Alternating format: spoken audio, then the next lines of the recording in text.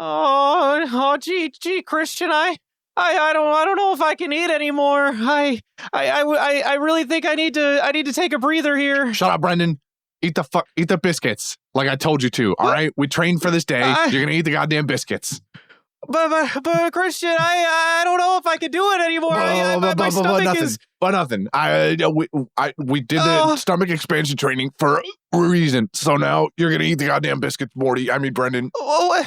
But I only watched the Naruto one. I didn't watch this new one, the one that all the kids are watching. I don't know, something about Juju Kaiso or something. What are you babbling about, Brendan? I don't understand what that has to do with this. I only know how to expand my stomach so much, Christian. You're trying to be smart. I get it. That's not what you do here, Brendan. You eat the biscuits and you say dumb one-liners. Just like your favorite character. All right. I don't know if I can. I don't know, Christian. My stomach is. It's about to burst. That sounds like a whole lot of not my problem. All right. Clearly you didn't train hard enough then. Brendan, don't you? Oh, God damn it. You're just worthless.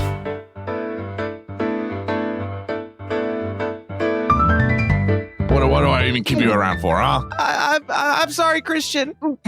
Don't you throw up again. I'm not cleaning that carpet. You're gonna clean that shit up yourself. You hear me? Okay. I think I can eat some more biscuits now. No, Christian. It's too late. It's too late. They're all regrowing now because you threw them all up. He's got more biscuits to make again. Brendan, I don't. You fucked it up royally, and then we're all gonna die. Yeah, and it's gonna be your fault. Frankly, it's just all your fault.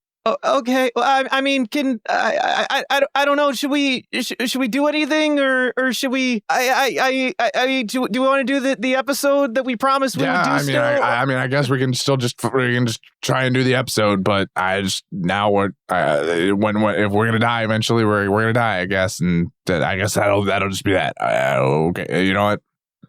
Okay, I'm really sorry, Christian. I'll do better. Okay. Hopefully the Biscuit Warriors will at least give us this hour before they, I don't know, chop our head off. What do they even do? I'm not really that scared of them yet. Should I be scared? You should be terrified, Brendan.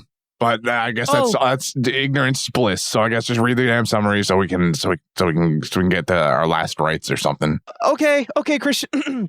This week on One Piece with a Cry, Sanji's final secret is revealed to us, and his tragic backstory at last answers how he managed to escape his family in the East Blue. We find out that Sanji was left to rot in his prison and continuously tormented by his brothers until he finally escaped with the help of his sister Reiju. Not before confronting his dad one last time, who explains to him that he simply did not have the heart to execute his own flesh and blood. Judge still hates him, but couldn't bring himself to kill him. He was only human, after all. Elsewhere, the fight between Nami, Luffy, King Bomb, and Cracker starts to heat up into what else other than a one-stop shop for all your delicious biscuit needs. Luffy begins eating all the Cracker soldiers one after another and catches him off guard. Finally unveils his new fourth gear mode Tank Man, and Gum balloons his ass halfway across the island. Luffy has won the battle against Big Nam today, but will he win the war? Continue watching to find out. Yes, he did. He in fact did win the war. Or I'm sorry, won the battle. Hey, Christian, how you doing today? I'm doing pretty good. Happy to be back. Incredible. Glad to hear it. Yeah, I got some or not unfortunate, but I got some something to say. I was actually very upset that you weren't here last week. Because, last week we got one minor tidbit from the Germa Kingdom side of things. Their lore dumping, as it turns out.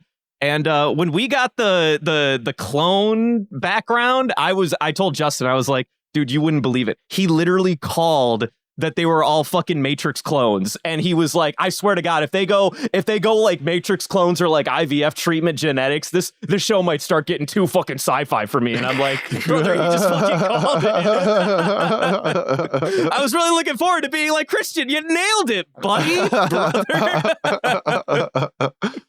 How do you feel having a called it that you didn't even know you called? I mean, I'll take it. I guess it's unironic. I don't know what's up with this arc, but that it just keeps happening now. Where that's one of them. The number of children that Big Mom has ends up being a different one earlier in the season. Prophetic over here. Fucking accidental prophetic. You know, like I'm just saying shit and putting it out in the universe, and the universe just goes, you know. That's a pretty good idea, actually. You throw some shit at a dartboard, and then Oda was like, wow, this is where I got all of my ideas. This dartboard that came from the future. That's how I wrote my story. Yeah. This one fucking guy who has this podcast out of nowhere, from 10 years down into the future, he's where I got all of my best ideas. You wouldn't understand, guys. Yeah. I'll take it though. I mean, this is what I do now. I guess I'm the accidental prophet. And boy, man, do I actually care that much about this? I guess not. It's kind of cool. I'm fine with this. You know what makes this better is the idea that all of this time, background who gives a shit characters like no-name Marines, the Germas, whatever, pirate crews, they always all look the same anyway, basically. So now the fact that there's like this weird sci-fi in-universe reason for at least this group of no-name soldiers being all the same is kind of funny. Okay, yeah. No, but you gotta be honest with me. Were you were expecting Keanu Reeves to come out of those pods though, right? Oh, I was hoping for it. Yeah, as soon as I saw all of the clones, I just really badly needed the voice of Keanu Reeves speaking Japanese to come from one of them. Listen, if the show had fucking done a panoramic and we saw fucking Neo in one of the pods, I'm just saying this would be a completely different conversation. I would have been like, my God, these guys, they're animals. They have the balls. They have the stones. One Piece was just a prequel to The Matrix the entire time. That's what I'm saying. It's Keanu Reeves all the way down.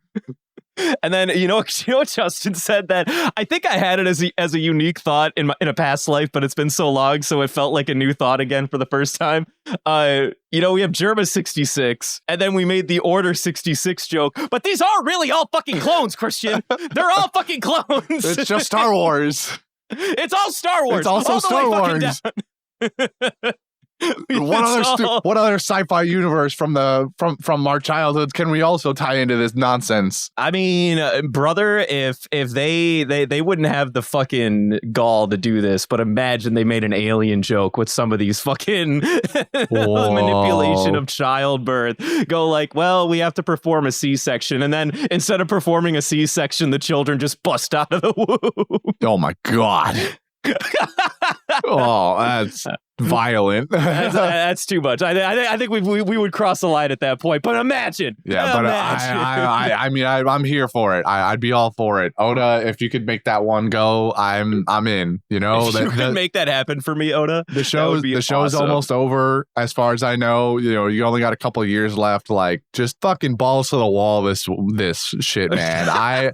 I would love that if he just decided to not care for like the last year and just threw some wild ass shit at us. Threw the wildest fucking shit at a wall just to see what would stick. Yeah. just to see how far you can take it before people start going, sir, please, you can't do this. Yeah. And then he'll look his producers in the eye and go, you don't know what I can do. You have no idea what I'm capable of.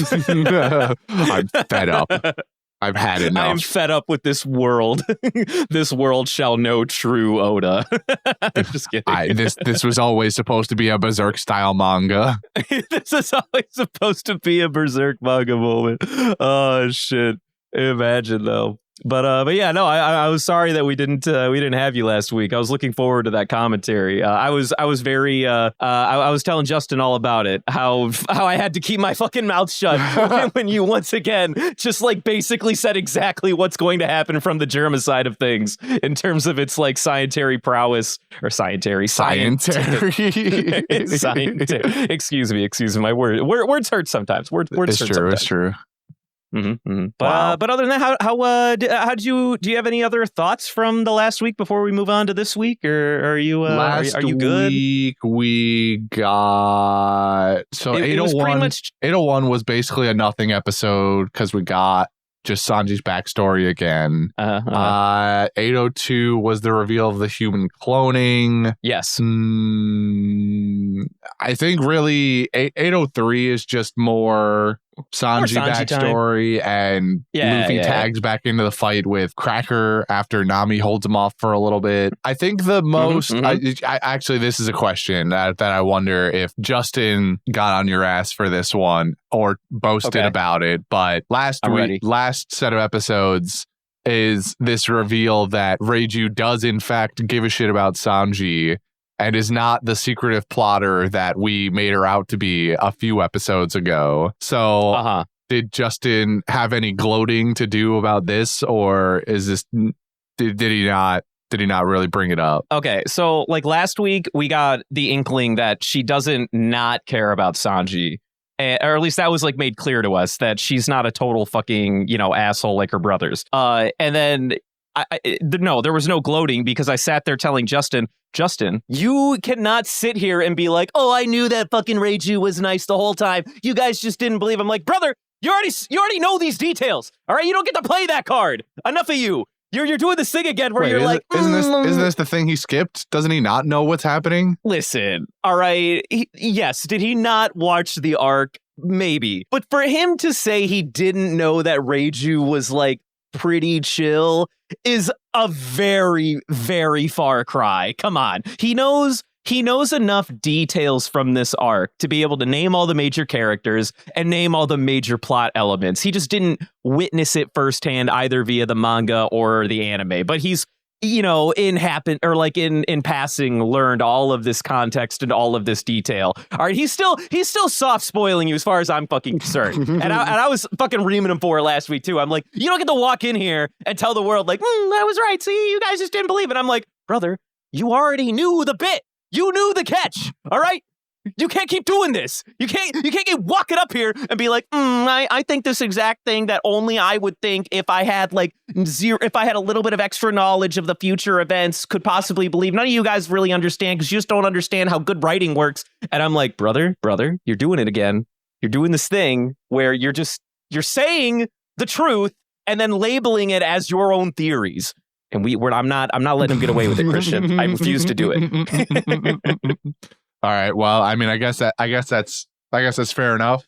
I didn't realize he had done reading up on the question. No, I mean you did. I was under the impression that Justin doesn't know shit about really Whole Cake Island, and I think. All right, maybe my grandstanding statement about him knowing all the major details is a bit excessive, but I am almost certain, and I remember we talked about it last week, that he was aware that Reiju was not an asshole, and I'm pretty sure he used that knowledge to leverage some of his original position on how he felt about Reiju when we first met her. Well, I guess if he admits to having knowledge, that's different, but yeah.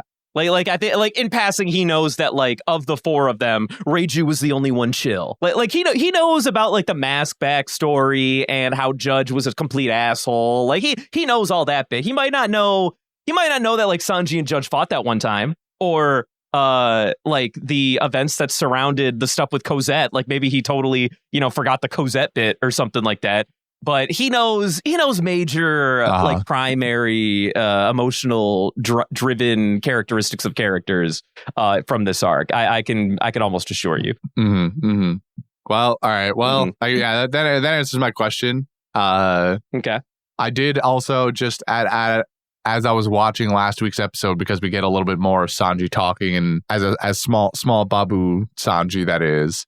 I realized that Sanji's voice actor for Child Sanji is Chopper's voice actor. No kidding. For the sub. Yeah, I didn't even have to. I didn't even look it up. I heard Sanji yell as a child and also cry as a child, and I was like, oh, that's Chopper. That's Chopper. Hold on, I gotta look this up now. I gotta know who voices young Sanji in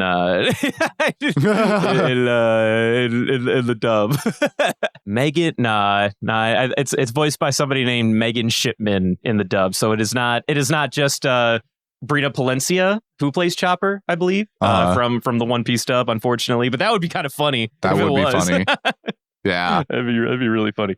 Yeah, I mean, yeah, that's all I really got for last week's set of episodes. There's not a terribly large amount of things to go over, I don't think, from those in terms of like major plot points here. Other than that, I'm sure you were really getting tired of the Cracker subplot. I mean, and it keeps going in these episodes. And should we start with Cracker? I feel like I want to start with Cracker. I'm fine with starting with Cracker. I kind of have a bone to pick with you, okay? I have a little bit of a bone to pick. Yeah, you, all right? Because I heard the last episode that you and Justin had without me, and it was the episode where Cracker reveals his true self, right? His inner monologue, if you will. And I remember you telling me, you're like, this version of Cracker, this guy, he looks fucking bland. Like, Oda, this is not your best work. Blah blah blah. Then we get fucking rock star Ronald McDonald motherfucking Cracker guy, and you're like, oh, he looks really cool. Asterisk, his power is the stupidest fucking thing I've ever heard. And I'm like, brother, why? What are you even talking about? He's like a Logia, but for food, and it's funny. Why do you hate funny? Okay, hold on. I don't know if there's a hold on here. This is like there is. I admitted that it was unique and funny. I just said the actual functionality of it is bullshit. He can control at a micro level his biscuit dust in order to manufacture whatever fucking goon he wants. What is there to get? What is there? Where's the fact that he can do the it equation? Infinitely, Brendan. He can do it forever. There are no limitations, and it's rock fucking solid. You say that, but even in this set of episodes, and Luffy's like, he calls his fucking bluff. He's like, I don't know, Cracker. You look like you're getting a little tired over there. Is all I'm saying. He's like, shut up. I ain't getting tired. That's not. I don't know the meaning. That's not even him. That's not him overusing the power. That's just him being sick and tired of dealing with fucking Luffy. No, like he's just tired, as if he just ran a marathon. But because he keeps having to deal with Luffy, he's just exhausted. I don't know, man. Not because of the power. He just gets to do it forever. I think there's two things happening here. Number one, he's definitely getting pissed off at Luffy here because he literally just keeps eating his fucking soldiers, and he doesn't know how to handle that. He's never dealt with anyone. I don't know why that matters even, by the way. I don't understand why Luffy eating the crackers even has to matter. Well, what do you mean? And what? Well, that's what I'm saying. He was eating the cracker soldiers, and then that was making him mad because he has to keep making more of them. And then over a long period of time, we see that he's getting gassed. I don't think that it was just getting upset that his crackers were getting eaten. I also think that if you look, like, he looked like he was huffing and puffing is all I'm getting at towards the end. After he turned tank mode right before he slurped him up and, gum ballooned his ass halfway across the fucking city or whatever. Just before that happened, my man was looking a little gassed. I think he had a bluff. It was a bluff that he could just make them in infinitum. Now, when you can make, albeit literally 1,000 of them and not really break a sweat up until this point, you might as well say you could make them at infinitum. I'm not gonna lie here, because they're pretty fucking strong goons, all things considered. And then as soon as, Luffy was like, he's getting tired, I could tell he can't make that many more. And he's like, bet, then makes another 100 right off the bat. All things considered, he can make a shit ton, but I don't think he could make them infinitely, for sure. That was a bluff. I mean, maybe even that, but it's still. I think all of this is ridiculous. It's funny. It's funny. We're turning crackers. We're turning biscuits into a superpower, and that's funny. That's One Piece. That's One Piece. That is One Piece for you. This is like Cracker is one of the most like quintessential One Piece character power sets that's come out so far. He can make biscuits basically to infinity and beyond. He can mold them into whatever shape he fucking wants. They're hard. They're hardened like they have fucking hockey infused into them. And he just gets to make them out of thin air. He doesn't need anything. He just conjures them, which is the part where I'm like, I don't understand. Luffy eating the biscuits is funny, but it shouldn't actually be affecting Cracker in any way, shape, or form, because he doesn't need the dust that Luffy consumed to make more biscuits. He can just conjure biscuits out of thin air. So brother, that's what I'm saying. That was the bluff. He can conjure them out of thin air, but it does consume stamina. It's like lifting a 2-pound dumbbell. You can lift a 2-pound dumbbell for an hour straight. But if you were to increase your speed and then do it for 7,000 repetitions, eventually that 2-pound dumbbell is going to be fucking heavy. I get it, but even in your scenario where breaking down the biscuits and reforming them could also use energy, it's the same thing. Luffy eating the crackers is now just a bit. Like, it shouldn't actually be affecting Cracker in any way or his power. You know, it's going to use the same energy to conjure as it is to break down and make more, you know? Oh, as opposed to breaking the... Okay, so you're saying it shouldn't make him more tired that he has to... Well, I mean, I don't know how his power works, but you're suggesting... I think I know what your argument is. He produces biscuits from thin air, and if that were to use stamina, why is it using more stamina than if he was forming said biscuits that already exist in the world into new soldiers in the first place? Is that your problem here? Yeah, I mean in scientific ways it makes, which I shouldn't be applying here, but right, I just want to make sure we're trying to in theory it would probably require more energy to conjure up new crackers or biscuits than to reshape biscuits that already exist. Okay, but I'm just saying, in this world where it seems like, I guess this is mostly going off of he can make them infinitely. So what does it matter? Luffy having to eat the crackers is a non-issue. It would require the same amount. It would require no energy. But whatever. I mean, we get Tank Man out of this, so what do I care? So I do want to bring up Tank Man, dude. What a dumb power up. Yeah. Literally, we get so Luffy here is eating a shit ton of crackers, which ends up really being Nami's idea, by the way. She's like, wait a minute. At the end of the day, they're fucking cookies.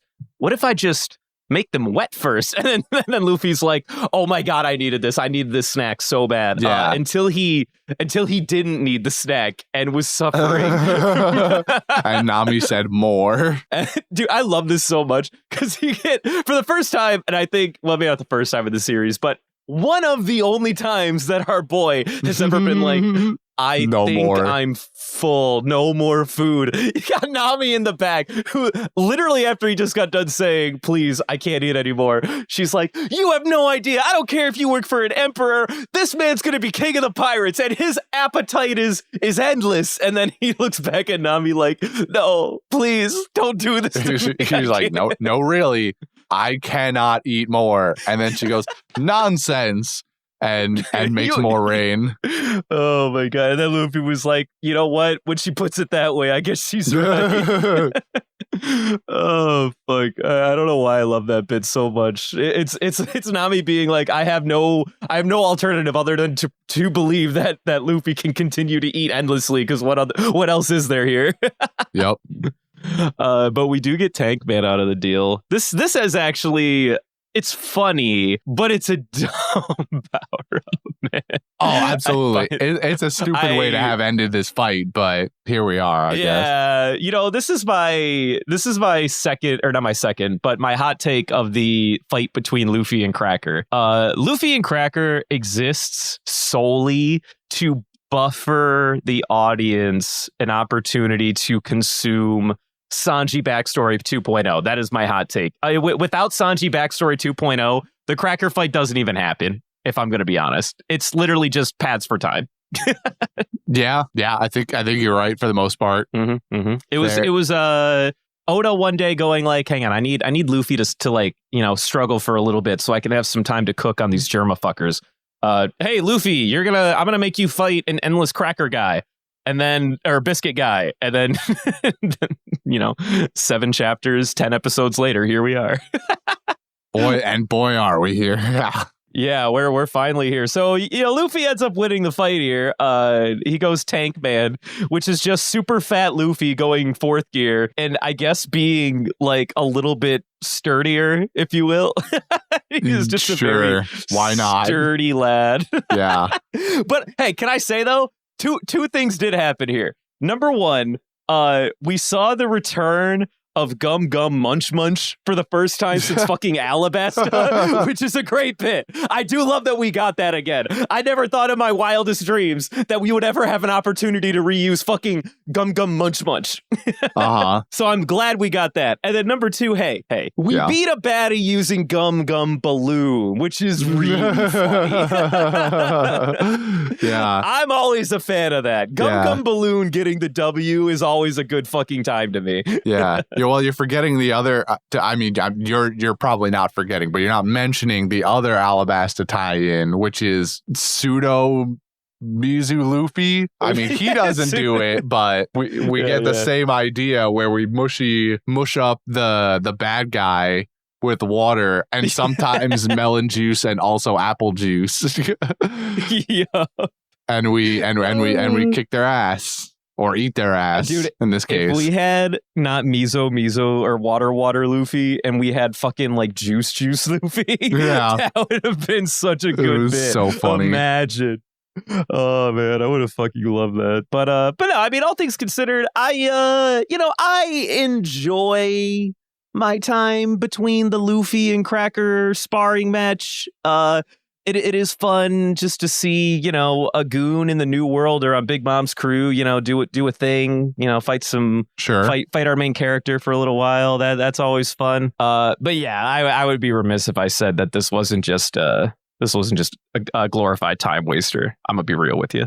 I mean, it really, at the end of the day, what does any of us accomplish? I guess we get Tank Man, and then eventually we get what Big Mom is now sort of made aware as Cracker flies across town, across the island, and lands near the chateau or slams into the side of the chateau. It's now clear that maybe the Straw Hats pose a little bit more of a threat than she thought before. But I think really what we're supposed to get out of this is, now that 2 of the sweet generals are down, we've really accurately power scaled Luffy against Uruge. That's what we really accomplished here.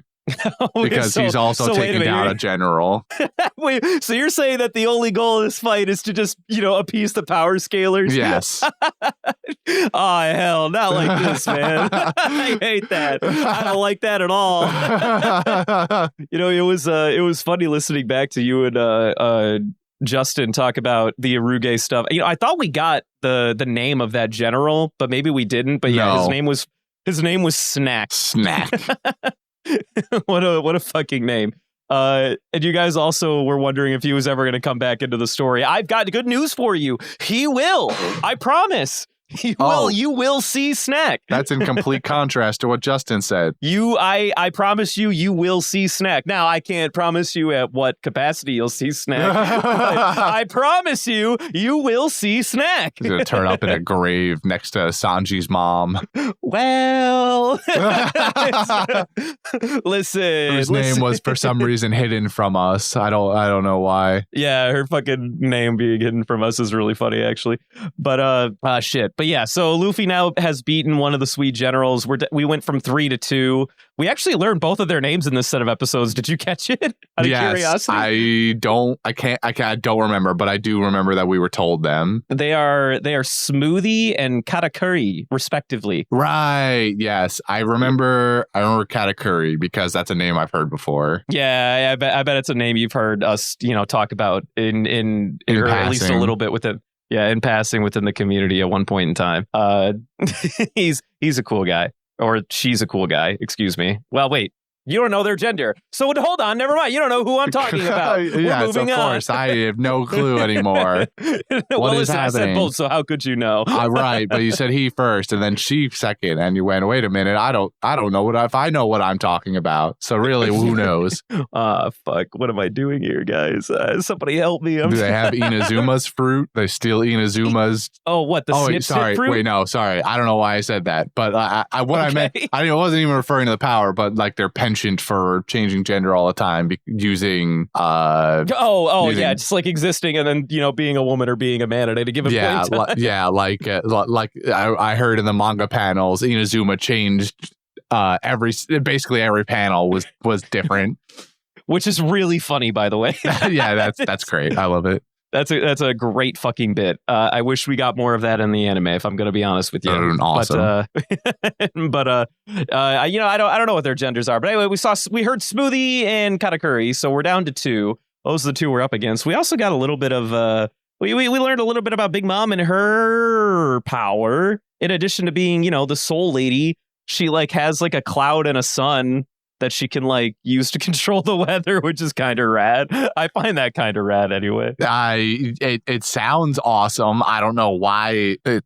Has she literally did she homeophy a literal cloud and a literal sun? I guess that would be funny. I don't know how it would happen, but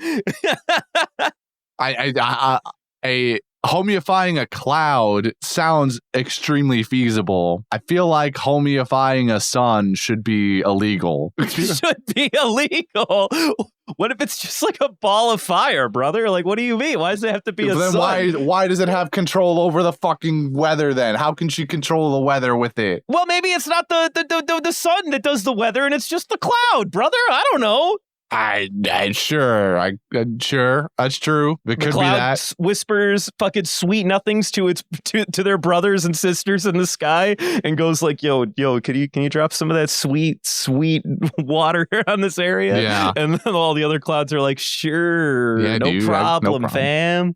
Yeah, I mean it feels like it's just gonna operate similar to like Nami's weather eggs at this point, where it's just magic bullshit, but who knows? Hey, that magic bullshit, it clearly comes from an egg, Christian. You don't understand. Of course, all right? Where all weather comes from. Where all weather comes from the weather eggs. I'm imagining that the sun and the cloud are the one that we saw early on in the arc during that first musical number or something along those lines. Brother, you might be onto something. I think you're onto something right about now. Yeah, there's a little bit of a teaser there for everybody, anyone who remembers from the beginning of the arc. Who would have thought that those 2 cute little things, when we were talking about all the things that kind of aren't just food that got homeophied, like I just remember you telling me. I remember you being upset that there was a fucking like sun homie flying around. And I'm like, what do you mean? It's a sun. Of course it would be in the sky. Of course. Yeah. Oh, why not? Well, of course it would. Where else does the sun go? Where is the sun, Christian? But in the sky, of course. Come on. Don't be such an idiot, stupid man. Me. What a dumbass. I'm just saying. You said it, not me. It's all I'm getting at. Yeah. But all right. So we got Big Mom info. We finally ended the Cracker v Luffy fight. R.I.P. Our boy Cracker. Justice for Cracker is all I'm getting at. I find Cracker to be a really fun guy, but the fight between them's a little drawn out. I can concede that. But when I recognize that its only purpose is to justify Sanji and Jiraiya backstory, I'm like, take it or leave it. Whatever, it is what it is. But that will move us into the other main portion of these episodes, and that was the latter portion of our Sanji backstory. And Christian, can I tell you? Sanji 2.0 backstory fucking destroys me. I sob like a little fucking piss baby every single time I have to resit through this stuff. I don't know where your mind's at, where your head's at. I think that this, I guess, upbringing, this new backstory grounds so much of what makes the weird parts of Sanji's character, character analysis, like the things that you don't really understand, like why he's always self-sacrificing, why he took it so hard when Luffy and Usopp first got into a tussle, back in Water 7. Like, he took it the hardest out of everybody to start with. He didn't want Luffy to tell him to get off the boat because he knows what it feels like to be rejected in the first place. There's all these like little subtleties in Sanji's character motivation that went previously unexplained, that suddenly everything makes perfect fucking sense, and I suffer for it. But in a good way. Yeah, in a good way. And this backstory, it will be the explanation for why I will henceforth only be referring to the rest of his family members as POS Dad, Red G, Blue G, and Green G, respectively. And then Reiju, I'll call her by her name because she's like sort of chill. I'll give her a pass. She wasn't a complete fucking asshole. You get your name, but the rest of them, they're fucking color G to me. I don't like any of them. They all suck. They were always color G to me. I don't give a fuck. The last time I spoke to Justin about this, I ended up, because it was when the food scene first happened in the little cook woman was in the way. I was referring to them as Blue and Red G the entire time, basically. I might have used their name a couple times interchangeably, but they were definitely Blue and Red G, especially Blue G, since he was in the... Especially Blue G. Yeah. Fuck that guy. Yeah. All my homies hate Blue G. Yeah, I mean, when they're faced with Big Mom's Beaver car, they have no choice. I mean, well, you're not wrong. but you know, I could obviously talk ad infinitum about things I do like about the narrative choices in our boy Sanji here. How are you enjoying your time? You pretty much have, if I'm not mistaken, the entirety of Sanji's new backstory. If I had one question, I feel like it would be, do you feel like it was worth it? Yeah, I'd say it's worth it. I am not. You enjoyed yourself? I think I appreciate that you have found so much fascination with the subtleties, especially from earlier in the series for these different scenes and the ways in which it kind of ties Sanji's motivations up a little bit more. I'm not sure that I'm necessarily that invested in it as you are. Maybe that comes with maybe you get that as a perk on the fourth watch through or something. I don't know. I'm not fucking guy. This fucking guy.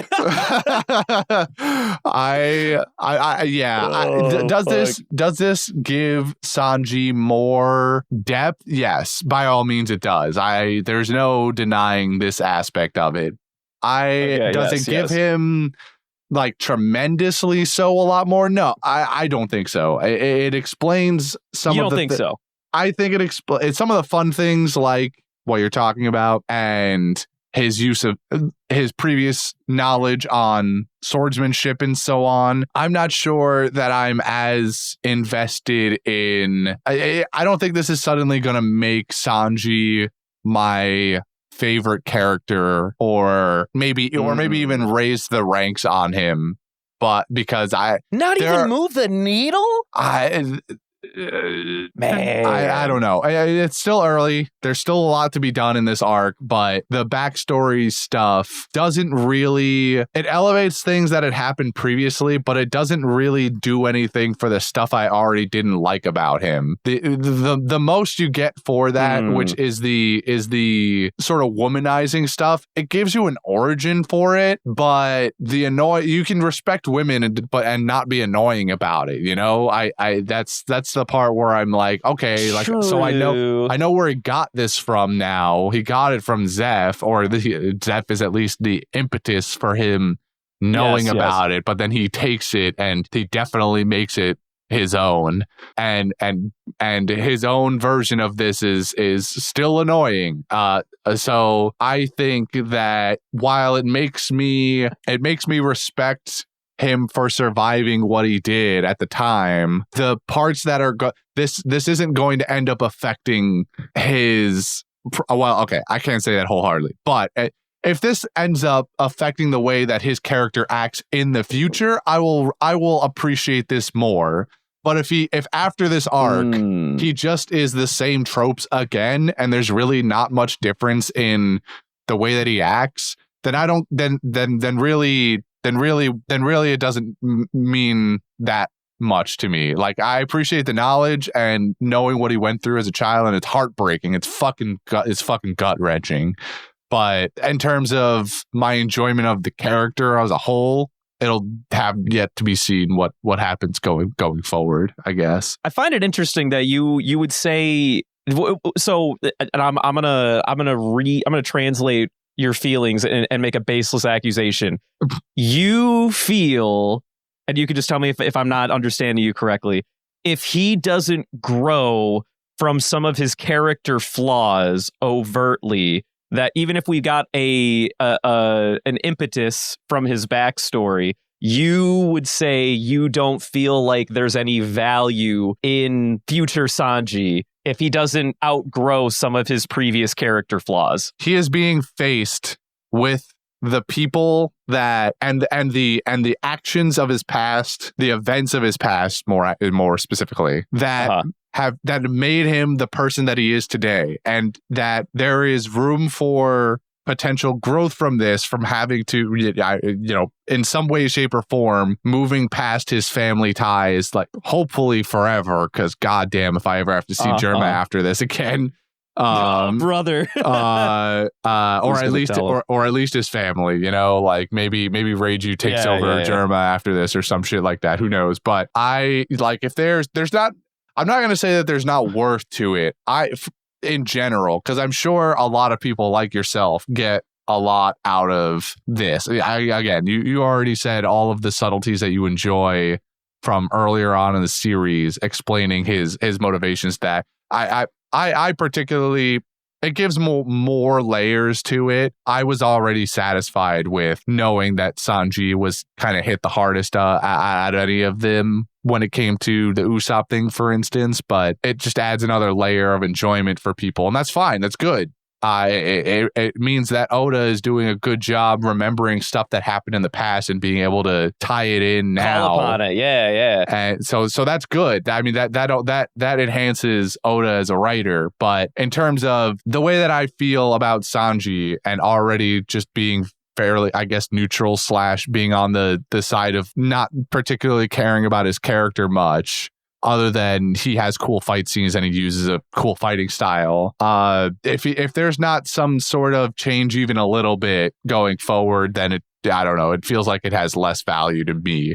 Not that it has no value, but it has less value. I guess my only counter, if I was to have any counter, is I do think that a large part of what this arc is going to attempt to accomplish, and whether or not it succeeds at that by the time we're done with it, is going to be a different story entirely. I feel like it's trying to start laying some of the groundwork for, if Sanji was rejected by his biological father, what did he have when he escaped? Well, he had only one other father figure in his life in Zeph. And even though he wasn't his biological father, he was accepted in some vein.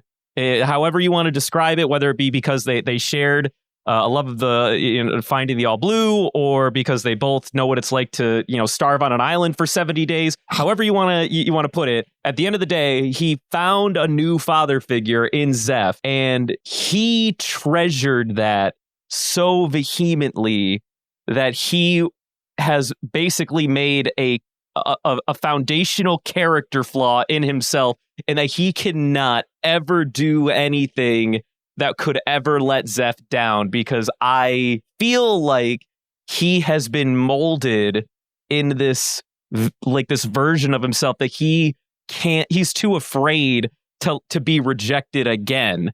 So therefore he needs to at least maintain as good of a relationship as he can with Zeph and follow his rules in the short term, so he doesn't have to face that again. And I feel like part of what this arc is going to attempt to show people is, what does it mean to be accepted? What does it mean to find people that accept you for who you are? So if he doesn't change, I could argue that might be fine, if and only if we successfully answer the question, when can we accept people for their flaws? And when are we going to hold them accountable for their flaws? That is the only counter I have. Yeah, I think that's a fair point. I can agree with the motivations there, pointing out the idea of being accepted by someone for who you are and what you are. I think that particular aspect applies more to the Straw Hats. Zeph, when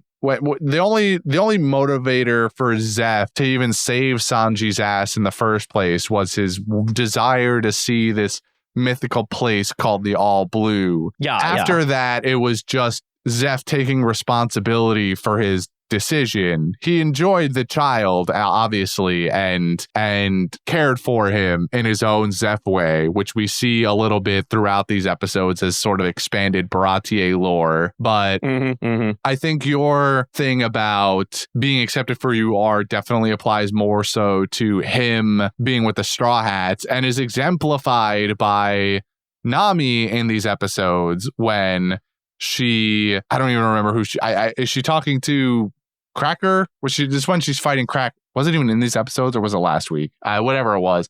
When Nami is asking about, I think it's when she's fighting Cracker. I think it has to be because she admits that Sanji's this womanizer and like only cares about or ladies' man. I think she refers to him as actually in the sub anyway. And is he's a pervert and a ladies' man, but he fights for his friends and doesn't give up ever, and so Nami having these is basically doing exactly what you're saying. Is she's accepting his flaws despite how much it affects her specifically, and because of these other positive qualities that she finds in him. So this idea of found family and being accepted we'll see that hopefully with the Straw Hats, but it seems like that.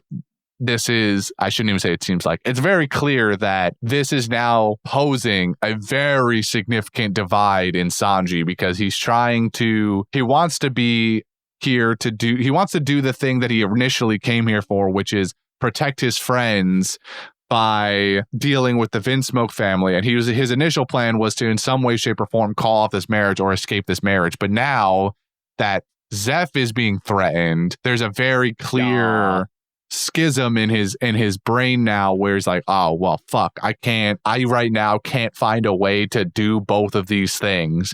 And it seems like, based off of exclusively the very last scene of 806, that he's going to choose Zeph, at least initially, because there's the very indicative frame or series of frames that we get of the Straw Hat picture literally going up in smoke. So there's seemingly a very clear choice made at the end of those episodes that Sanji is essentially going to do the same thing as Usopp, where Usopp stood up for what his ideals were and what he thought was right in that moment.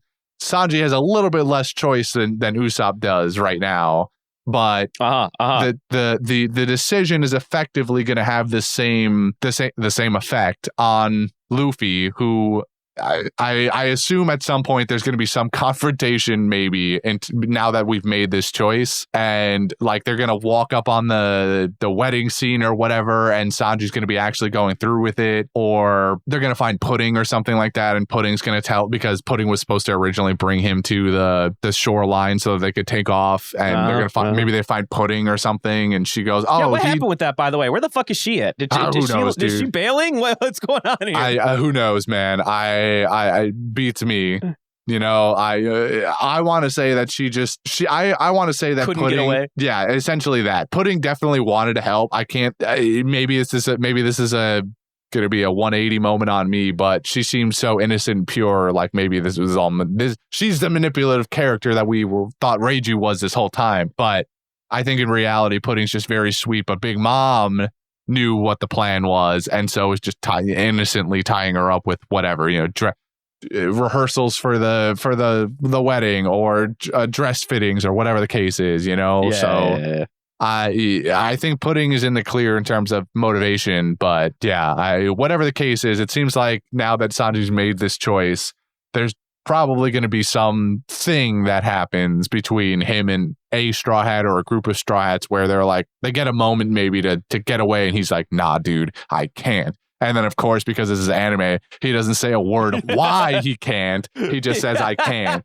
So listen, Christian, why you gotta ruin the magic, man? sorry, hold on. Why you gotta ruin it for everybody? Okay, fucking relax, chill. All right. I'm chill. I'm off my soapbox. All right. Well, I mean, I'm not gonna pretend like you're spitting anything less than facts, but you know.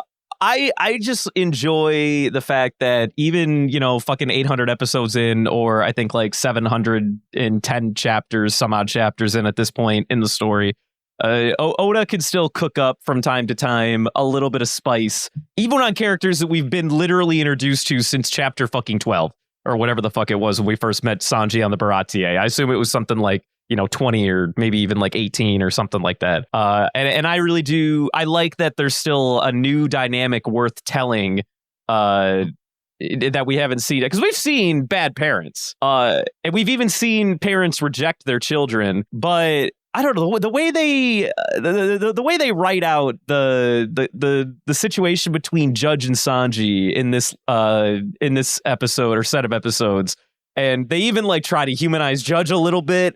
He's like, I honestly, as much as I hate to admit it, I can't kill you. But if you leave and you just get out of my fucking life, then everybody wins. And the poor Sanji's just like, okay, I guess I just don't get a family now, whatever. And the Judge is like, oh, by the way, before you close the door, don't fucking tell anyone you're my kid. It would be the most embarrassing thing on the planet. And Sanji's like, okay, fine, bye. Whoever the fuck you are or whatever, I don't know. Yeah. Poor fucking 8-year-old son. I can appreciate that there's still a bit of narrative worth telling, even with characters that we've been exposed to for this amount of time. And I do enjoy that. Also, we learn a little bit about Reiju here, too, that she's not... So the reason why she's not a complete asshole, she was modified just like the rest of them. All the other siblings don't have emotions, and she, gets emotions, which I don't know. I'm going to be honest. I think Oda played a little bit of a sexism card here. He's like, I'm just going to make the sister be, the only one with emotions. And I was thinking it the entire time. Yeah. I was like, brother, come on, man. You can't, you just gave him the fucking smoking. You gave Reiju the emotions, the smoking gun, if you will, I guess. I don't know. It seemed a little forced. This is the same problem that I talked to Justin about two weeks ago or whatever it was with Nami just being the damsel in distress fucking always, basically. I mean, this week with the cracker thing and teaming up with Luffy was different at least, and that was refreshing. But everything up to this point almost has just felt like a regression of Nami's character. I also had a bone to pick with you over whether or not you or how you didn't like the fucking beaver card. I fucking love the beaver card bit. Of course you love the beaver card because it's fucking dumb. I love the fucking beaver card bit. Fuck you. Fuck you. It's fun. I hate you. You suck. I'm right. You're wrong. What was the other thing? And then also the snails fucking climb the red line, which is sweet. Yeah, that was funny. I just wanted to point that out. The snails can fucking climb the red. Oh, and it's a 3-week journey, by the way. Yeah. I love that too. They're like, okay, it should be about 3 weeks after we cross the red line and get to the other side. Well, that's good to know. Now I know how long it takes a snail to climb a wall. Was it? Was it 3 weeks to climb the red wall, or was it total journey from wherever Germa left there? I don't know. I interpreted it as the latter, where it was like wherever the whole Germa kingdom was parked. As soon as they left, it was going to be 3 weeks. Yeah, and I assume it's that as well. It felt like they just jump cutted to the red line. It would be funny though. They absolutely did. They absolutely did. We did not last in the Sanji backstory much longer. We were just kind of like, okay, we're gonna cross the red line in 3 weeks, and then cut to 3 weeks later. Oda was like, I'm not gonna make you guys wait this out. Yeah, it would be funny though if the point was that it took the snail 3 weeks to climb the red line specifically, like not swim, then climb the red line, then get down the other side, then fall, then get to the whatever kingdom it was. The new East Blue or the East Blue or whatever. Yeah, the East Blue. But they specifically mentioned whatever kingdom or island that they were going to invade. It started with a K. I don't remember what it was. It doesn't matter. Yeah, the snails are always funny. I don't know. The German kingdom being on the back of like 100 snails is just fucking hilarious to me. And they just they all interlock. Well, they interlock sideways. They can't interlock front to back, but which I guess is kind of a flaw in this whole German thing, you know, like they're not truly connected on all 4 points. So really rows of the island can just drift away randomly, I guess. I don't know. There's no clear indicator of them being able to lock in front to back, you know? I mean, I don't know, man. Maybe they just like, you know, bite the tails of each other or something. I don't fucking know. I don't know how glue. To some fucking gorilla glue and call it a fucking day. Yeah. We also met Sanji's mom in this set of episodes. Yeah, we did. Didn't think I was getting that here, but I'll take it, I guess. Yeah, and as we know, Oda loves killing off fucking moms. So wasted no time with this one. No, wasted zero time. Quickly justified his love for cooking and then just kills his fucking mom. Yep. And then she was gone. Never change, Oda. Never fucking change. Yeah, I mean, we get Sanji mom, and she was just sick. There's no indication for so before this, we get the fact that all of these kids are modified, and even before that, of course, we have the reveal of the cloning thing. So some people you might infer that the kids are also just clones that have been extra genetically modified, but it turns out they came from actual human parents and then were just modified. I guess post birthing process. Who knows? There's just not really clear. It also doesn't particularly matter that much, but like Justin tried to sell or speculate, he thought they might be IVF babies anyway. But so it could be the case. They could have been. They could have been inseminated in a petri dish and then had the babies injected into the mothers and whatnot. Whatever the case is, the kids have been modified, except Sanji's modifications didn't take. So he's a human baby boy and who just wants to cook, man. He's just trying to cook. That's all. That's all he wants. Not only is he a human, he's just like his dad, isn't he? Him and his dad are the same. Christian. Go on. Like they're both human. That's all I'm saying. Oh, it's okay. You're like, okay, well, what's the punchline there? Yeah, there's no punchline. They're just both human. Yeah. So unfortunately for Judge, he has the most to relate to the child he hates the most. And isn't that a fucking tragic? Yeah, isn't that a humdinger of a twist? Isn't that a humdinger of a twist? You know, Christian, you're not enjoying the narrative elements of this as much as I demand you to. Okay, I'm sensing too much fucking naysayerness in your fucking tone and your attitude. All right, I expect better of you. Okay, I'm gonna expect better next week. Okay, I'll be sure to re-up on my own emotional state next time. Thank for you. That's all I'm asking for. Fucking give me your empathy. I'll give you some extra pills if you need. Don't mix them up with the red ones. Where's my echo chamber? What? Oh, I see what you did there now. What? I didn't know I was talking to Devin this week. Oh fuck! Damn, I do like my echo chamber. Yeah, I know. You demanded it this week. You had 82 bones to pick with me. 82. Not to be confused. With 85 children. Oh fuck! I hate it. I hate it here. Christian, thank you for being you. You keep me on my toes. Oh, anyway. No problem, man. It's what I'm here for. I think I got nothing more for this week. I'm laughing more than I should be. This is a sad set of episodes for my boy here, and I got this fucking asshole over here getting me to laugh. He's just making me fucking cry in my chair. How dare you? The wrong crying, by the way, not the right kind of crying, Christian.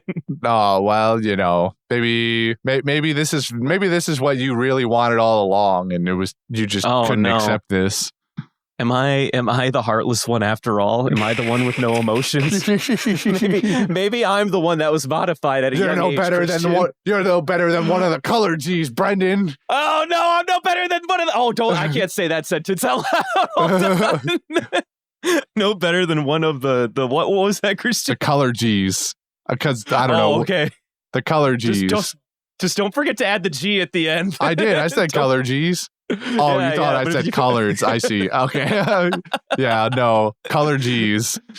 Yeah, color G's. Don't forget the G, Christian. That'll be a little yikes. There's the G. There's the G. Dude, see, I'm telling you, the show has bits on bits on bits. It just keeps going, dude. There's no end. It's endless. Oh, man. All right. Are you good? I think I'm good. I guess we got to everything, really. Oh, I mean, the last thing I'm going to say is, man, Sanji was really when he made that food, he was really on his Yukihira Soma from Food Wars grind right there. Although the difference is that Soma knows how to cook and chooses to make shit, but Sanji didn't know how to cook yet. And no. It also got mauled by a dog and rained on, so. It did get mauled by a dog and rained on. I don't know why I find that so funny sad. That's funny sad, actually. Is it now? This is tiny Sanji with very interesting steak. Oh no. I really am no better than the color G's. It's like watching kids get mildly hurt on an episode of Ridiculousness or America's Funniest Home Videos or something. I guess you have no choice but to start calling me Brenji right about now, Christian. Brenji. I have to embrace my culture and my heritage. Yeah. What color don't we have? We have red, green, and blue. And I guess Sanji is Sanji. We're not going to call him Yellow G. He hasn't. Yeah, he gets his name. He gets his name. What are we missing here? You want to be orangey? Orangey. You can be orangey or purple G. I like purple G. Purple G's fun. You can be purple G. Fantastic. I'll be purple G. Let it be known. I'll just be purple G now. Whatever. Fuck everything. Fuck my life. But I feel pretty good. I feel pretty good. I just also want to point out, I wrote it in the miscellaneous just because I love it. I fucking love that cat, dude. German cat. Giant fuck off. I don't know why they got a giant fuck off cat pulling their carriage, but I love it. Because they have the power to genetically modify whatever the fuck they want, I guess, and they didn't stop to ask should they. They only asked could they. Absolutely. Yeah. Mm-hmm. Cool. All right. Well, with that, next week will be 807 to 809. Moving on to quotes. Christian, do you have any this week?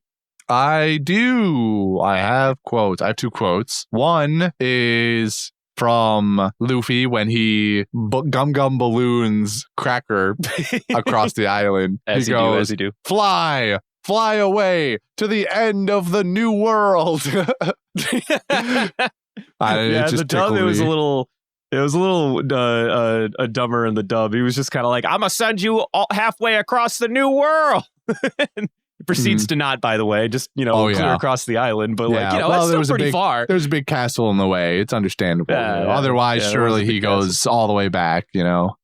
He sends him all the way to fucking Dressrosa. Yeah, it lands on the same boat that comically lands on the same boat that Doflamingo is chained up in, and they just go, "Oh, all right, sure. I guess we're taking you too."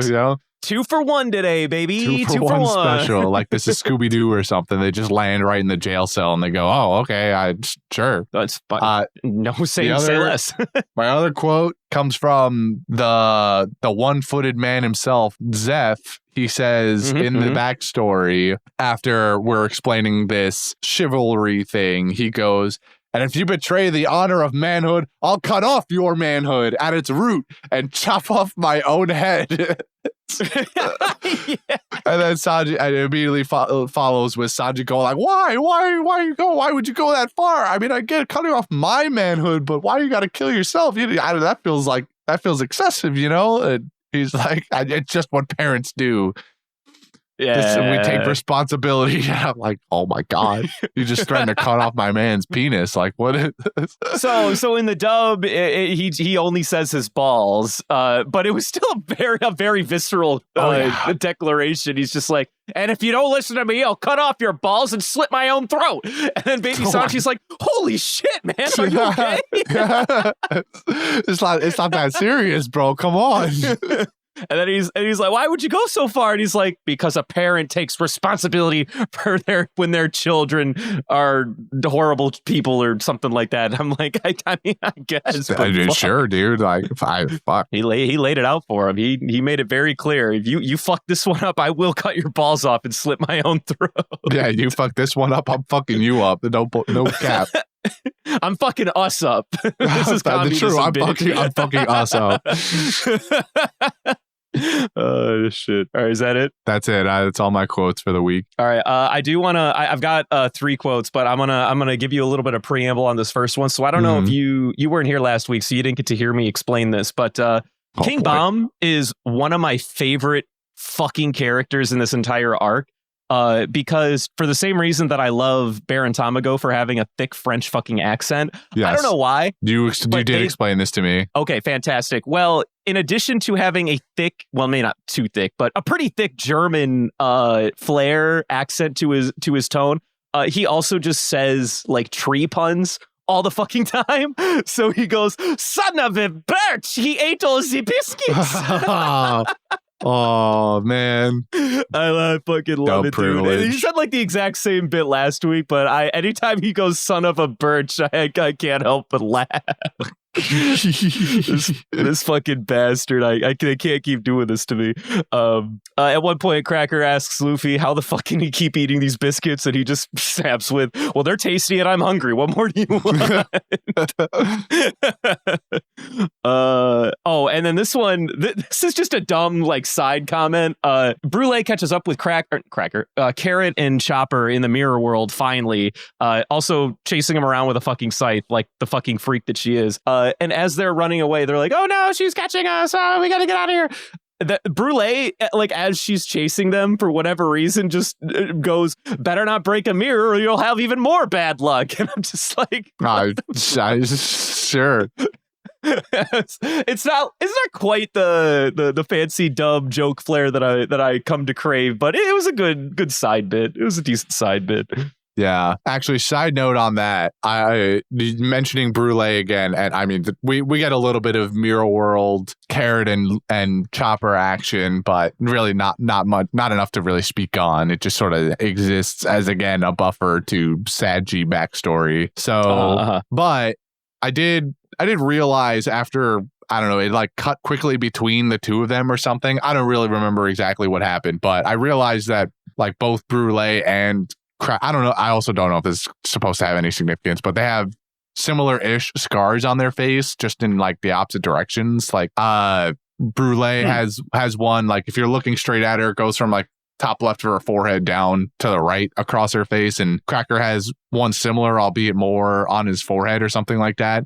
And originally, weirdly enough, that I recognized it in the same episode. But originally, I was like, "Wait, is Brule actually one of the sweet generals also?" And they just didn't introduce her as such. And then all these generals are going to have scars or something like this on their face, and it's going to be significant or something. But then later in the same episode or something to that effect, Big Mom specifically names the others. 2 sweet generals we haven't mentioned. I was like, oh, okay, well, there goes that. This is just coincidence, I guess, at this point. Yeah.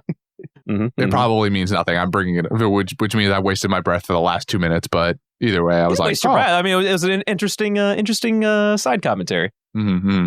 Maybe they're from the same father or something. I don't know. It's just scars are genetic in this world.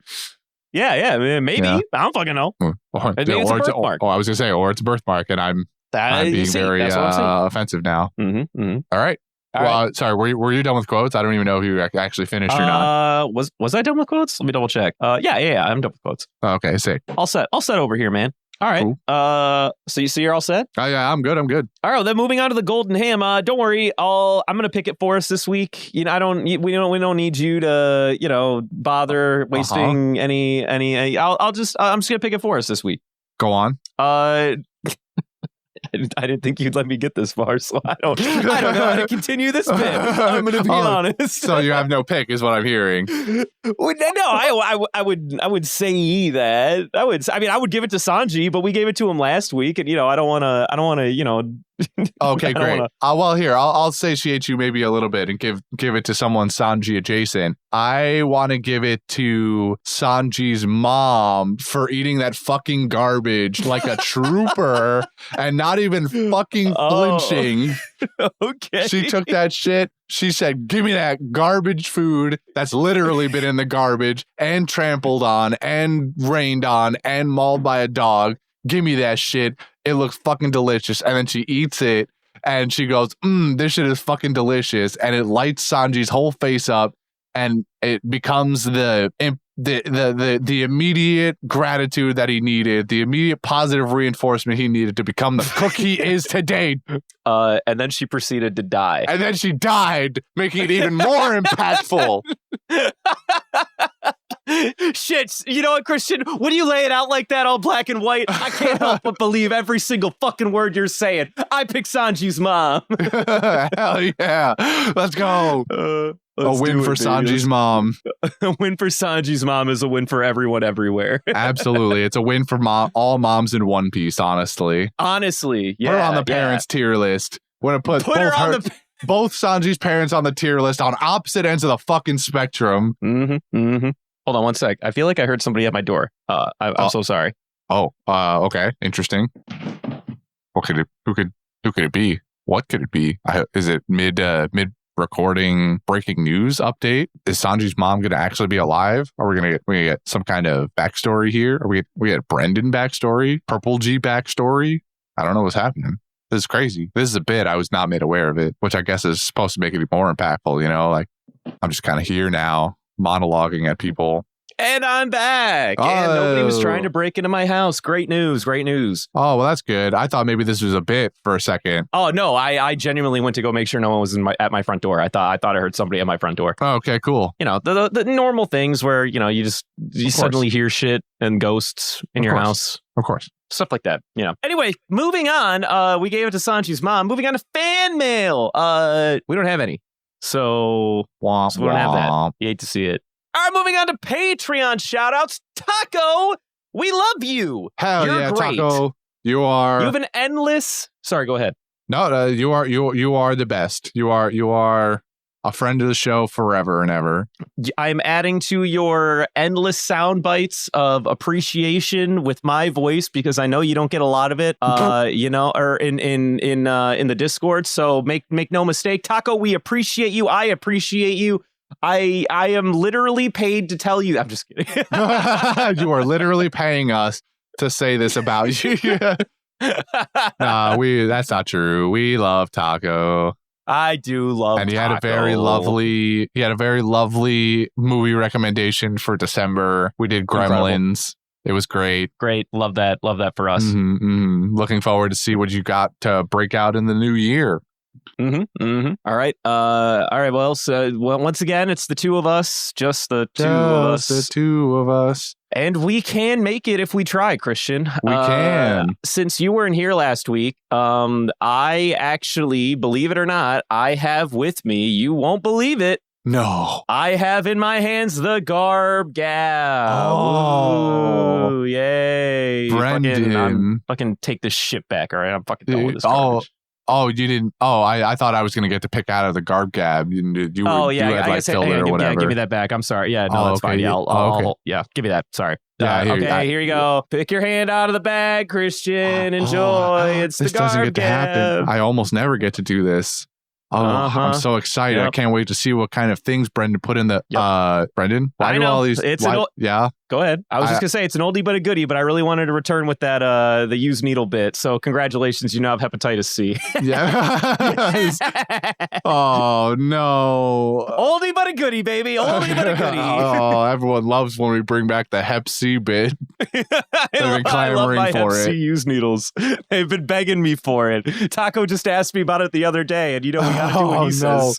Yeah. Oh, you know what? That actually checks out because there was a weird moment where he asked me if I could, instead of movies, he could put something in the garb gab this month, and I went, that's a weird question to ask, but sure. Yeah, so maybe. anyway, he asked if I could bring back the oldie but the goodie, so I sure as shit did. No problem whatsoever. Just for you, buddy. Thanks, dude. I guess it could be worse, but all right. So yeah, I mean, it's just Hep C. I mean, you could have all three of the letters or whatever it is. Yeah, however many Heps there are. All right. Well, I've got this needle. It's stuck in my finger still, so I guess I'll just use this one. And hold on. I think it's written on the inside. I gotta get rid of the rest of the Hep C that's in the needle. Okay. Looks like we've got a career day. And a career day. Turn this over. We're doing the dart fruit. Wait, is that what that actually is? Yeah.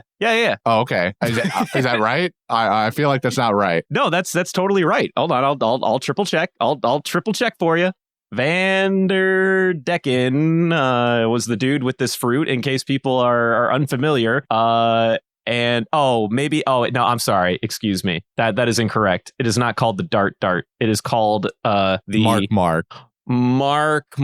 How silly of me. Not the dart fruit. The Mark fruit. That was my bad. I wrote that on the needle. I thought it would be funny and topical to write dart on the fucking needle. Sorry, my fault. No, it's fine. It's all right. I get it. We all make mistakes. So I wouldn't call it a mistake. I mean, I would. You wrote down the wrong fruit for the guy. Anyway, yeah. So we're doing Mark, made by used by Vanderdecken originally in the show. I've got a few things written down. Christian, how you got anything written down for this? I'm interested to see what you got. Especially since you didn't know it was Mark beforehand. Well, listen, I know what it does, all right? I know the fucking power. It doesn't matter what you fucking call it. The power doesn't change. Okay. Yeah. Lay one on me. Okay. First thing I said was astronaut. Because in my mind, I'm thinking you could fucking slap ass with some motherfucker that got sent on a rocket ship all the way to the fucking moon or Mars or whatever bullshit, right? And then once you do that, if you leave a man on the ground with this power or a woman on the ground with this power, you can chuck shit at them no matter what, as far as you fucking want, and send an infinite amount of supplies to said astronaut. It's the easiest fucking play of all time. It'll move the needle, probably like a decade or something into the future. Probably not that much. I might be a little generous. Well, there. I mean, part of the reason that we can't do deeper space travel is the fact that it would take so long to get supplies to where they need to go. Mm-hmm. So I mean, just break all of relativity and, slap some, 3-ton canister full of supplies, send it off to space and have it tail whoever got sent up on a rocket. And you just got a nice. Now, to be fair, you'd also have to prepare for the inevitable time when said 3-ton space canister that comes barreling through and entering wherever it's going, but that will need to be accounted for. But that's a problem for smarter people than me. And is barreling straight towards the person that you have marked. So yeah, very true. Very true. They gotta be standing behind some giant fucking net to catch the canister or what. I like the idea that the person with this fruit could also they get to stay on Earth, right? Like they get to be the one that stays behind no matter what, because they're the one that has to send shit. I just imagine one night they're out at a bar with the homies, and they accidentally leave their glove off and then clap smack hands at somebody, and they're 3 years deep on a fucking lunar or Mars mission, and somebody looks at their hand, they're just like, oh no. Oh no. Yeah, that one's a bit high risk, high reward, huh? That's a high risk, high reward play right there, isn't it? All right, I gave one. Damn, I didn't even think about that.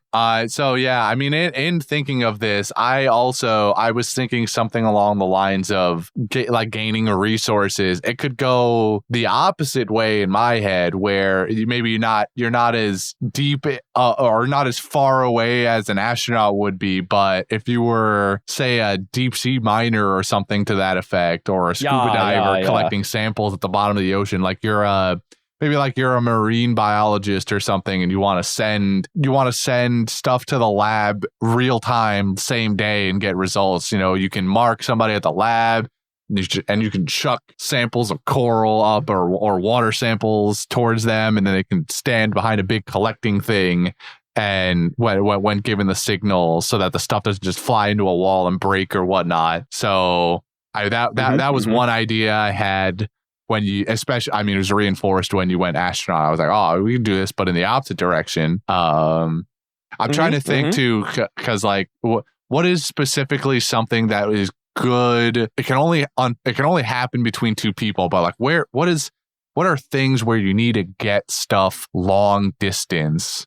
And it would be really nice if you could do it quickly. So that actually falls into one of my other ones. I have 3 on my list, and one of them that I wrote down was anyone that lands cable, whether it be like power lines or like underground or like ocean lined fiber optic networks for the internet or something. Like anyone that has to lay industrial cable somewhere like in the world or on the planet, I feel could use this very proactively, because you can essentially just always have the resource like snake its way to whoever you have marked at any given time, and then save a fuckload of time trying to get some of that resource to the other end. Well, and also hopefully maybe keep it from breaking. I don't know. The caveat here is that things that are thrown by the person with the power are going to go as the crow flies. They don't swerve or anything. They don't avoid things. Okay. Yeah. No, I don't mean by like, well, they might not avoid things, but they're not going to stop trying to go there. So hopefully if you throw it, you can at least like throw it through the sky if you can like figure out the plane that you're pointed to or something. Like have like a motherfucker stand at the top of the top of a fucking power line thing. And I'm not to say that would be I don't think that'd be a very safe job, but you can at least make it happen. We're wearing our harnesses, OSHA. Don't worry about it. It's fine. Yeah, don't worry, OSHA. We're always wearing our harnesses. 3 points. That's all I'm saying. Yeah, exactly. Yeah. No, I see your point. Yeah, it works as long as there's nothing in between you to stop it. Yeah. I don't know. It's kind of tough. I was thinking. I mean, you could be any small business owner almost, and like throw resources across a country, or like finished products like across the country, as long as you have the other person on the other side, Yeah. I'm not. I don't know. I'm a little bit at a loss, actually. I'm not going to lie to you. Is that a fact? All right. Well, hey, I got one more for you. If you want to be inspired. Yeah, maybe it'll give me some inspiration. The person with this power could be a YouTuber, and they could just join Dude Perfect. Yeah. Okay. You see? So it would work. Don't you have to mark So you mark a person, though. Right, yeah. Does it have to be a person? It has to be a person, doesn't it? Yeah, it has to be a person. Yeah, you just, you put like a basketball hoop, like over right in front of their faces or something, and go like, I'm going to throw this Nerf football and get it through the target. I see. You just before you turn the camera on, you figure out what angle you got to throw it at to make it look like it's going in because you threw it the right way or got lucky. But in reality, it's just following and you have the guy standing. I see what you're putting down now. Yeah. They're basically what I'm saying is they're fucking cheating. Yeah. But the people that watch don't need to know that, Christian. The people that watch don't need to know that. That's movie magic right there. Yeah. Yeah. Maybe that's my other answer. Is it's just you're a special effects artist for TV and movie, but in reality, it's not special effects at all. It's this dumbass power. Every movie scene ever where the big bad villain in a superhero movie, they like lift all the decrepit buildings around them. Well, we do that. Only we use this person's power to do literally that. And then one unlucky son of a bitch has to be the target. Yeah, not CG. It's completely practical. We actually lifted this whole building using this magic power. Michael Bay could never. I really like the idea of somebody with this power. Like, yeah, that's the one thing I do. I literally hurl like real fucking decrepit buildings at real people. Like they're all people on death row or something. Like you mark the motherfucker on death row and chuck a whole ass building at him. I love that your first instinct too was I'm the guy in Avengers who makes all the buildings fly around. When in my head I was thinking such micro scale compared to that. I was like, this person makes knife throwing look really good in movies. Like they throw the knife and there's some person standing behind a wooden board or whatever. And, it makes it look like the knife flies real good or that the action hero is really good at throwing knives when in reality, it's just this power. And you were like, no, throw the buildings. Listen. I touch the earth and I throw it at you.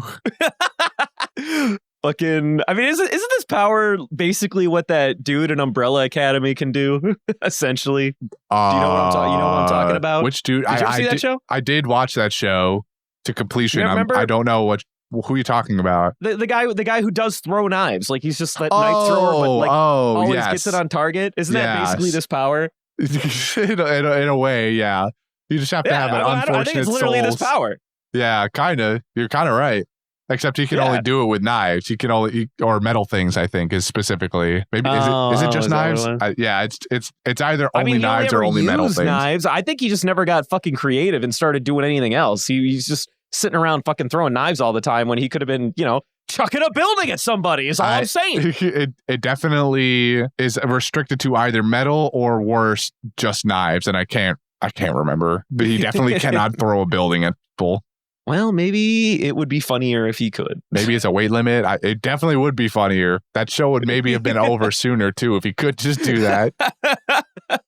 It'd be a really cool power if he could do that. That's all I'm saying. Yeah. Oh, fuck. The Umbrella Academy, a wiki here just says he has the power to manipulate trajectory of objects. He's got the mark fruit, brother. Shit. I thought it was restricted to metal objects, but I guess it's just anything. He's just a fucking lazy, boring ass sack of shit. He's never put his mind to anything. Yeah. He's never had the vision. All right. Damn. Man needs to take some fucking notes from Oda is all I'm saying.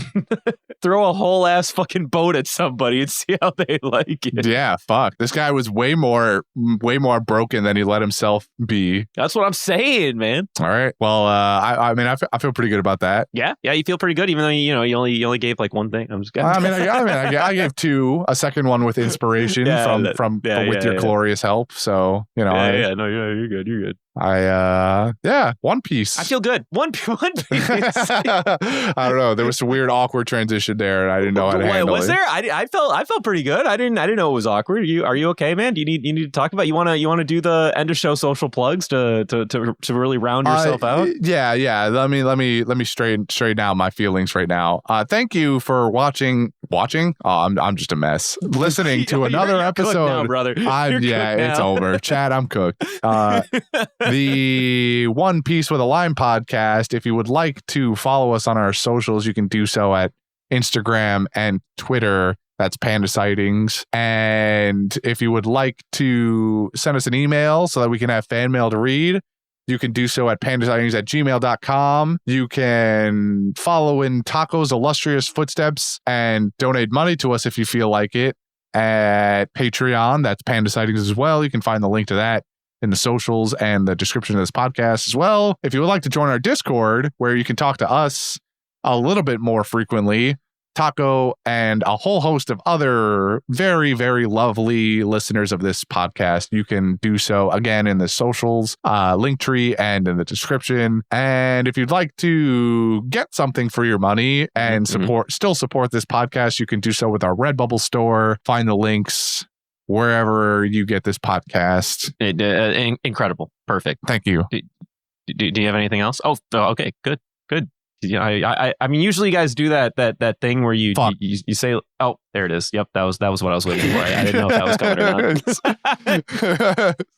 you do that last part usually that I don't. There it is. And we got the expletive. Yeah, the unloading bar was still going in my head. Right. But you know, Christian, I do think I'm ready to call it, and I gotta go get some Tums or something because my stomach still hurts from earlier. Yeah, we're gonna need you to. We're gonna have to run back that training guard. Brendan and I can't explain to you how utterly disappointed I am in your performance Christian, today. I did the best I could, Christian. I training to eat everything and gorging myself in excess. Sometimes, Brendan, your best isn't good enough, and you're just gonna have to accept that fact of life. You know, Christian, it's not really very nice of you. You know, I worked really hard because you told me that it meant a lot to you that I was able to consume all the biscuits, and I tried. I really, really did. And it's not really going to help me get better or do better in the future if you just berate me with negativity and negative reinforcement all the time. You know, maybe some positive reinforcement would do me good. Is all I'm saying. You know what? You're right. You're right, Brendan. Let me do something for you. I already have the Tums you need. Here you go, Brendan. I got you these Tums. Thanks. Thanks, Christian. I think I only need 2 though. Okay. Right. Your old pal Christian goes out of his way to get an entire bottle of Tums, and you're like, I only need 2. No, it's not that. No, it's okay. It's all right. No, Christian, I'm sorry. I appreciate it. Thank you. Yeah. Whatever. Just end this podcast. They're biscuit flavored anyway, so just a reminder that you got a job to do. Not again. Shit. Not again. Bye, everybody.